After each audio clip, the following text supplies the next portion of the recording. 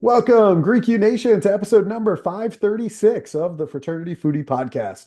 I'm your host, Dr. Mike Ayalon, CEO of Greek University. I'm a speaker and an author. Our sixth book just came out. It's called I'm So Beautiful, It's Ridiculous: Unleashing and Promoting Strength, Self-Worth, and Real Sisterhood. So go and pick up that book on Amazon or Barnes& Noble today. We call these episodes the Fraternity Foodie Podcast because there's nothing like great food to bring fraternity and sorority leaders together. Fun fact, when my kids were trying to decide which campus they were going to choose for their undergraduate experience, we did the tour at MIT. And one of my favorite things about this tour is the guide was telling us about all of these pranks that the students would be pulling on the administration. And they showed us this big dome on the top of a building in MIT where they actually, the students managed to put a police car at the top of this dome that is on the top of a building at MIT. And the only way that they could have put a car up on top of that building was piece by piece and then reassembling the car on the rooftop of this building on the top of this dome. So kudos to the students of MIT, man. You guys rock. And what can I say, man? I mean, that's just killer. The stories about that are profound. So speaking of MIT, let's talk to our next guest. Rob Kalwarowsky, I probably totally butchered that, specializes in helping leaders become high impact individuals who turn their teams into happy, high performing units that achieve their goals. He believes that traditional leadership coaching methods are not always enough to bring about the change that today's dynamic work environment demands. That's why Rob has taken a unique approach. He's blending together neuroscience, mindset coaching, high performance leadership strategies with cutting edge technology and data to provide a clear path to building a high performance team. Rob's goal is to provide leaders with a clear path towards building a successful and high performing team or turning around an underperforming one. Just like how professional sports teams use a combination of high performance coaching, technology, and analytics to build championship winning teams, he uses a similar approach to help leaders achieve their goals and lead their teams to success. Welcome to the show, Rob. Thanks for having me, Mike. Yeah, the MIT hacks, they're pretty famous out in our world. When I was in college, the one of the new Star Wars movies came out. And so if folks out there Google the MIT Dome, um, people turned the dome into R2D2. So that was one when I was out there. It was pretty fun.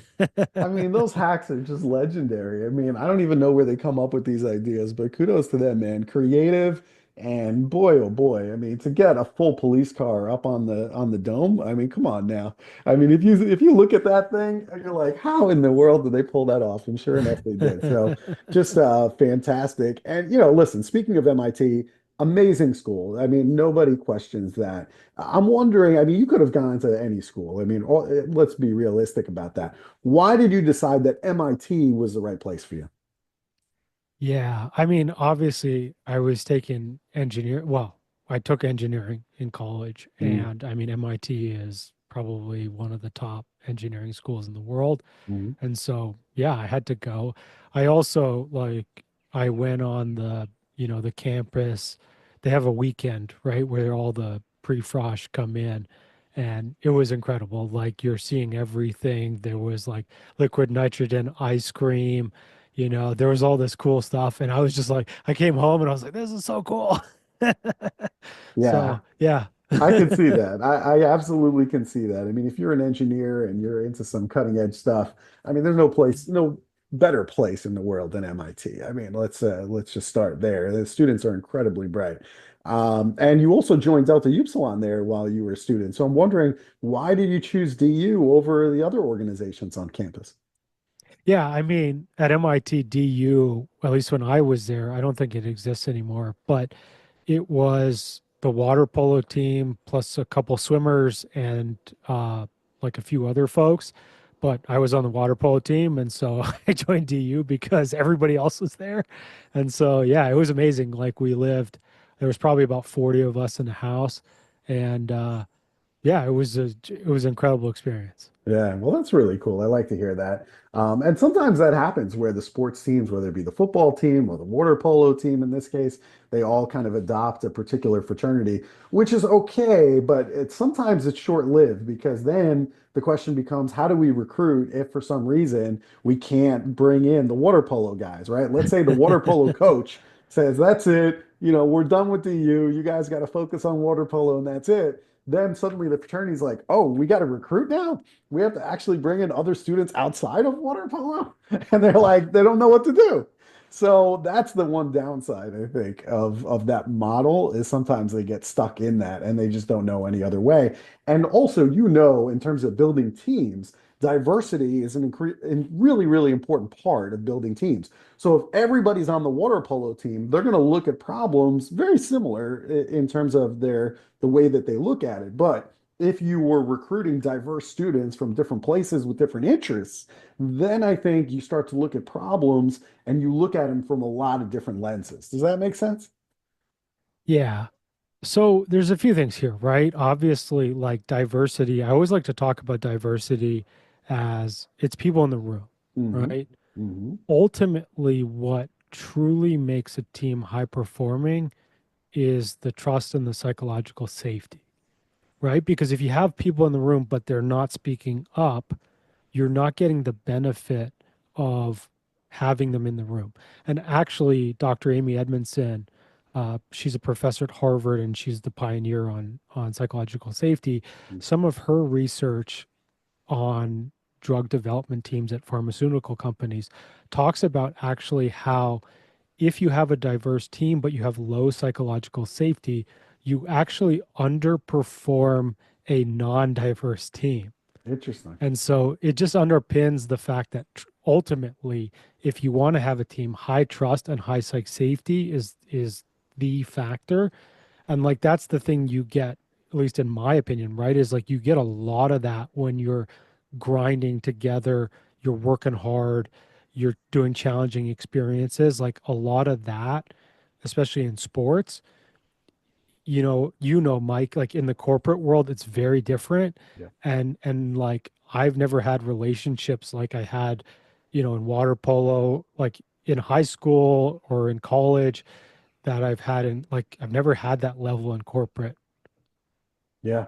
Well, you're absolutely right about the trust and safety issue. I mean, that's what Maslow's hierarchy is all about, right? That level two is that safety, and the love and belonging that you get on that third level. That's really what fraternity and sorority gets you. But in order to get to that love and belonging in DU, you got to have that trust and safety, right? We got to feel comfortable confiding in our brothers about the problems that we're having. If we don't have that, then yeah, we're not getting off, first base. No question about that. So fascinating. And you have some really, really interesting keynote presentations. I was reading the one about the secrets of Olympic gold medalists. I mean, that really just kind of stood out to me. And in there, you talk about why some people succeed and then other people just don't. So, in your opinion, what is the secret to success? Yeah, in that talk I actually talk about I call it the gold method, but it's 4 steps. So the first step is G, obviously, but it's setting a goal, right? And I'll give you an example. Like probably about a few months ago, I gave a talk in front of a group of, it was basically folks I used to work with, engineers that work in like pipeline or water companies. And I said, like, hey, what are your goals? And it was only like maybe 10 to 15% of the room actually had clear goals. The other, 75, 80%, they're sort of like, I kind of want to get promoted. I kind of want to, but it's like if you're not defining what you're going out and trying to get, how are you going to get it? So that's the first thing, right? And especially for folks, I mean, I know the listeners are in college, right? And so your goals are very defined, right? I'm trying to get A's in my classes. I'm trying to, if you're on a sports team or you're part of a sorority, I'm trying to like, or fraternity, right? Like I'm trying to like do, maybe I'm leadership positions, or I'm trying to fit in, or I'm trying to, I'm trying to win games at my sport. I'm trying to perform well, I'm trying to get a job so that, or summer job, or even like a full-time job, right? Like it's very concrete. But once you step into that full-time job after you graduate, that's when life becomes amorphous, right? And it's time to shift from very defined things. I got to go to class on Monday at 10 a.m. and Wednesday at, to I got to be in the office or work remotely, but I get to, for the most part, other than meetings, I get to manage how I do my workflow. And I also get to manage what are my goals. And then it's not even about work. It's like, do I want to get promoted? Do I want to switch industries? What is my dream job? What about like my family? Do I want to get married? Where do I want to live? Like there's a lot of things out there that you have to decide. And don't worry, it took me like 10 years to decide these things, right? But it's like getting to that is what actually helps you hit that next level in life. So that's the first step. And it was a Yeah. big first step, Big first step. right? Hmm. Hmm. The other thing is this is one that I talk like this is where you mentioned like I work a lot with mindset. Yeah. And so I've coached Olympic gold medalists as part of my job, Mhm. right? And what we always work on with them is their psychology. And that's the O is basically is outdated beliefs. And everybody listening to this show has outdated beliefs in their mindset. And here's the crazy part. 95%, 95 to 97% of the decisions we make every day happen on autopilot. It's our subconscious mind and these programs that we run that we're not even aware of. Mike, just think about this. When was the last time you drove to the office and then when you got there, you're like, shit, I didn't even remember who drove? It happens all the time. You get lost in your thoughts, whether it be driving or sometimes even just taking a shower, right? You're just lost in your thoughts and time goes by. You don't even recognize it.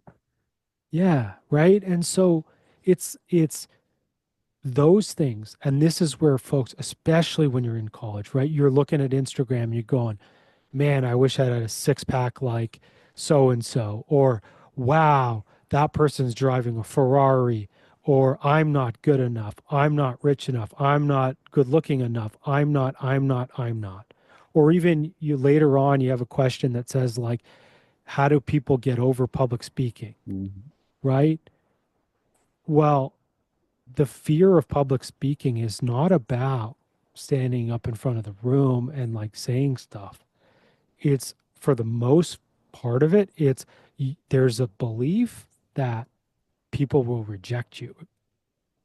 And that's really strong Yeah. because obviously, when we were hunter gatherers 10,000 years ago, right? Like, if we got kicked out of the tribe, we're going to die. Right. And so that's why, like, so many folks feel this. And it's either they feel like some version of imposter syndrome or they feel it like, that speaker fear that folks have, right? But that's the belief part. Got to dig in. We got to update those to like what's actually real. L, this is my for everybody in college, leverage relationships strategically. This is my number one career tip for folks out there. Create a list of 10 people that if you met them and built a relationship, they would help you achieve your goal. Whatever that is. You want to work at Amazon, you want to work at Apple, you want to start your own entrepreneurial journey, right? Who are 10 people that have done it, or they could like give you money for an investment, or they could coach you, or they could like mentor you, like whatever that is.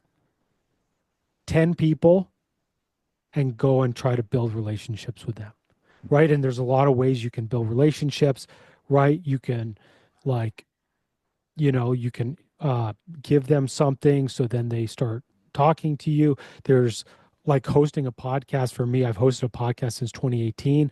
Mhm. For me, I host it for relationships. Yep. And you know this, Mike, right? You can ask almost anybody, and like 90 something percent of guests say, "Oh, absolutely. I'd love to come on your show." Yep. And there you go. You made a friend. And especially now you're in a fraternity or sorority, make friends with those folks and keep Mhm. that going after college. Like I'm 15 years out of college and we're planning the MIT 15-year reunion. And I actually started a podcast that's just for that, for 15-year, like basically my classmates. And it's because I haven't talked to most of them in 15 years. And now it's like, oh, they're a founder of this company. Oh, they're an executive at this company. And as someone who's an executive coach, wow, that's very helpful for me. Right. Yeah. And then the last step is D, which is discuss your goals endlessly. So once you figure out what your goal is, tell everybody you know because they want to help you. And so they will. They're like literally this morning, I got an email from one of my clients and she was like, she wants to start her own publishing business. And she told me that. And on Friday, I learned that one of the folks that I know who used to work in a publishing business is now available for work. And so I said, hey, why don't you meet each other? And today it's like, hey, when can we meet? We should talk. Let's go. Right. And it's like, if I didn't know that, I can't make that connection.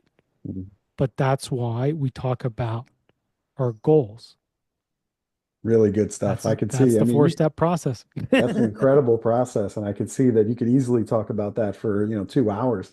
One of the things that I really like to do in front of fraternity and sorority crowds, 3,000, 4,000 fraternity and sorority members, is I'll say, all right, I want everyone to raise your hand if you are a leader in your fraternity or sorority. And immediately you get like a handful of people that will raise their hand, and it's usually people who are on exec board and things like that, right?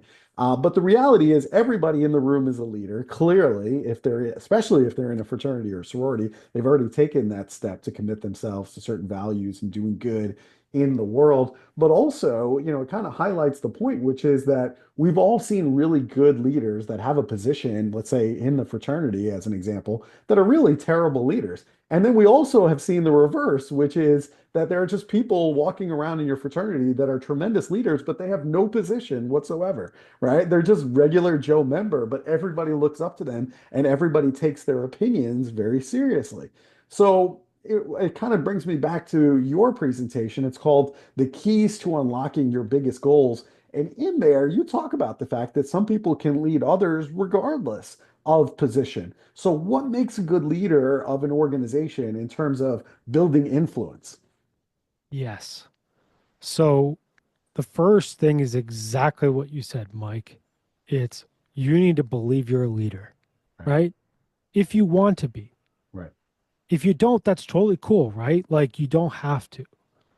But belief is the first step, right?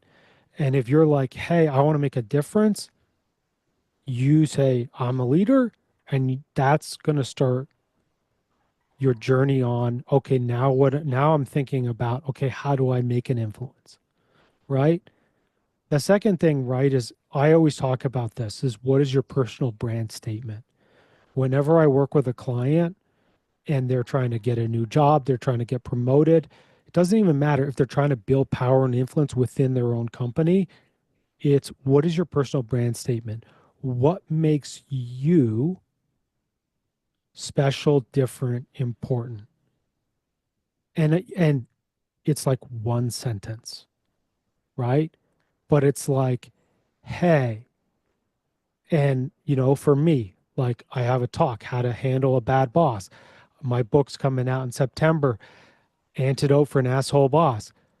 Mine is I am the world's foremost expert in toxic leadership, and I tell it how it is, right? Mm. And so it's like folks know you for one thing.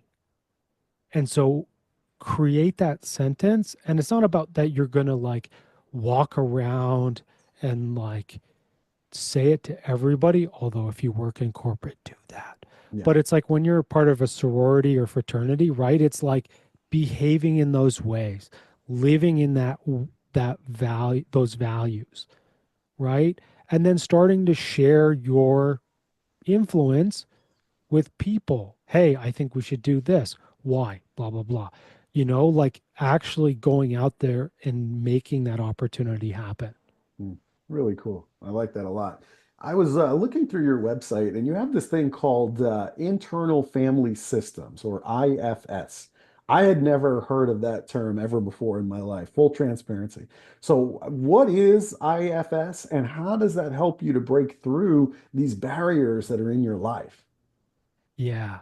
So this is the psychology work that I do. Hmm. And that's why the traditional leadership coaching doesn't work. And so Harvard Business Review states that like organizations spend it's like over 400 it's $456 billion a year in leadership development, and only 25% of it is effective because it actually works on the leader's mindset.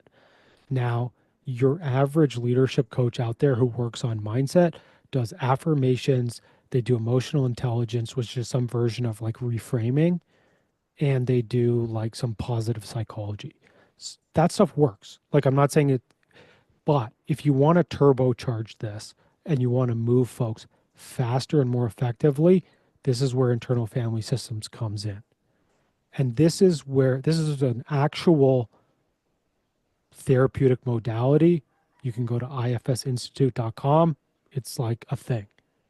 But for everyone out there, you can think of it like Inside Out, the movie, or Inside Out 2, right?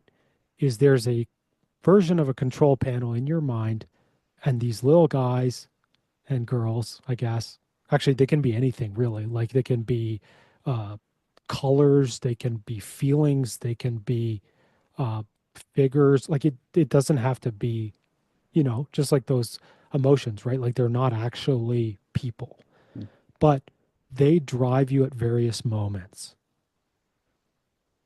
And the goal of IFS is that you, as self, as your adult self, drive that bus. And they're in the bus and their opinions are there, but ultimately you're the decision maker. And so, like let's say you're scrolling, we talked about this, you're scrolling Instagram and like you see, someone who's better looking than you or someone who has more likes than you, and you feel that feeling like, man, I'm jealous, right? That's a part of you that's going, hey, Rob, you should feel jealous. And because you feel jealous, you should do something about it. Like whether that's like, I write a, mean comment below or like whatever that is, right? But it's like when we can be whole and in our self energy, that's when those parts are supportive. And so we scroll Instagram and we go, oh yeah, this person's, they're better looking or they got more likes than me. That's okay because I'm still building my Instagram. Or that's okay because I'm working out and I'm eating healthy. And so there's no like there's still emotional reaction, right? Like I'm never going to say there's like probably four people in the world who sit on top of a mountain and meditate, right? But it's like, you know, but it doesn't become this thing where you're constantly ruminating on what you need to do like better or be better or like feel these feelings so intensely. And so it unlocks everything. Very cool. I like learning about that. That's awesome. We kind of touched on it a little bit before when we talked about public speaking. You mentioned some of the reasons why, there's so much fear out there for getting on stage. I mean, some people say that it's, their fear is so great, they would rather die than be on the stage doing a talk. And you explain why, and certainly that makes a lot of sense. Many, many moons ago, if you got kicked out of your circle, your tribe, you might be dead. So there's a reason why. And then imposter syndrome sets in, et cetera, et cetera. So we agree that public speaking is important for undergraduates in terms of moving their career forward. And so if college do have this fear, if the students have this fear of public speaking, knowing why it happens is one thing, but how do you recommend that they actually move forward and conquer this particular fear they have? Yes. So this is where we can apply IFS. Okay. So when you, for listeners, just do this now, right? So think about last time you were public speaking, or even if you have one coming up, like, hey, I got to present my thesis, or I got to present, in front of my class, and you feel that feeling of, oh shit. Just, I want you to focus on that feeling Mhm. and just start asking it, like, what's it afraid of? What, like, and you'll find what you'll find if you just unlock the curiosity in you and you visualize that it's a part of you. It's like it's probably some child version of you that's under, somewhere in the 12 to 14 range. Typically, they're actually between like 0 and 7, but, teenage years also impact, right? Mhm. Um, but there was probably some moment in your life, maybe when you were in grade 5 and your teacher said, hey, Rahab, what's the answer to this? And you like, and I said something wrong and then everybody laughed at me, right? Mhm. And then Mhm. it's like, you shall never speak again. Like, this is literally it, right? Yeah, yeah. But it's like, if you connect to that part of you, you'll find some story. And then you, as the adult, you just need to like build that relationship. So then that part of you lets that story go or realizes that, like, hey, now I'm in college, things are different because I'm in college. I'm not in grade 5. Like, of course, I can help you do this therapy, IFS. Like, you can go to therapy. Of course, you can do, I love EMDR therapy as well. I can't help people with that. But like, EMDR therapy is amazing as well. Like, that's what therapists are really good at. And so if it's something that's like really holding you back, like totally go to therapy. Use your counselors on campus. Mhm. Like this is like I still go to therapy, but it's amazing. Very cool. Very, very cool. I love it. Now, you mentioned your upcoming book. You have this book launch that's coming in September. The book is called Antidote for the Asshole Boss, which I think is great, especially for new professionals, because a lot of times this is the first time that you have a boss really that may be good or maybe is not so good. I mean, there's a whole spectrum of bosses that are out there. So, what should you do if you have a terrible boss at work? Yeah. So actually the probability, Mike, is that you're going to have what's known as a destructive leader. Right. So 65.1% of the workforce has a destructive leader, which I call asshole boss. Hmm. And the reason I call it asshole boss is actually really funny, right? Is anytime I say asshole boss to somebody, they always turn back and they're like, I had one, and let me tell you the story. Sure. Right? Yeah. And so, but they come in different shapes and sizes, just as you mentioned, right? So Hmm. there's the arrogant and violent boss, which is like your Gordon Ramsay role on Hell's Kitchen. And then there's actually like on the other end of the spectrum, there's the ghost manager. There's the person who doesn't want to accept responsibility or accountability for any decisions. You ask them for advice and they kind of go like, well, upper management, that's their decision. Or like the other one I've heard a lot is like, well, I read this book from Steve Jobs and he said, hire the best people and let them decide. So you figure it out. Right. So it's like there's a spectrum there. And Right. that's why, like, what do you do if you have a terrible boss? Is the answer is well, at least in the research I use, there's 6 different types of bosses. And so there's 6 different types of answers. Now, there's also more than that, right? And as people graduate, right, you have financial concerns, right? Got to pay back my student loans, got to make money, got to pay rent, got to pay cell phone, got to eat, like all these things, right? Hmm. There's medical insurance concerns, right? Like if I have a job, I have medical insurance. If I don't, I probably don't, right? So that's why I can't just say, hey, quit or hey, like get an internal transfer because of the other concerns. Now, what I do recommend one is go to my website, robkalwarowsky.com, and on the top, it says book. You can click there, put in your email. You can get 2 chapters of the book for free. You can also watch my TED completely free on YouTube, How to Handle a Bad Boss. It's got like 225,000 views right now. Like, go and watch that. It actually covers the 6 different boss types and different strategies on what you can do. Super helpful. Very, very helpful. Thank you so much for sharing all those resources. And I can't wait to read your book for sure in September. It's going to be a lot of fun. Now, right now, you just happen to be in Costa Rica. I mean, one of the most scenic and most beautiful places in the world. And I know that most of the time, I guess home base would be Alberta, Canada. So the next time I end up in the Alberta, Canada region, which does happen from time to time. I mean, I went to school at the University of Buffalo, so we were up in Canada all the time. I'm wondering, where should I go for a great meal?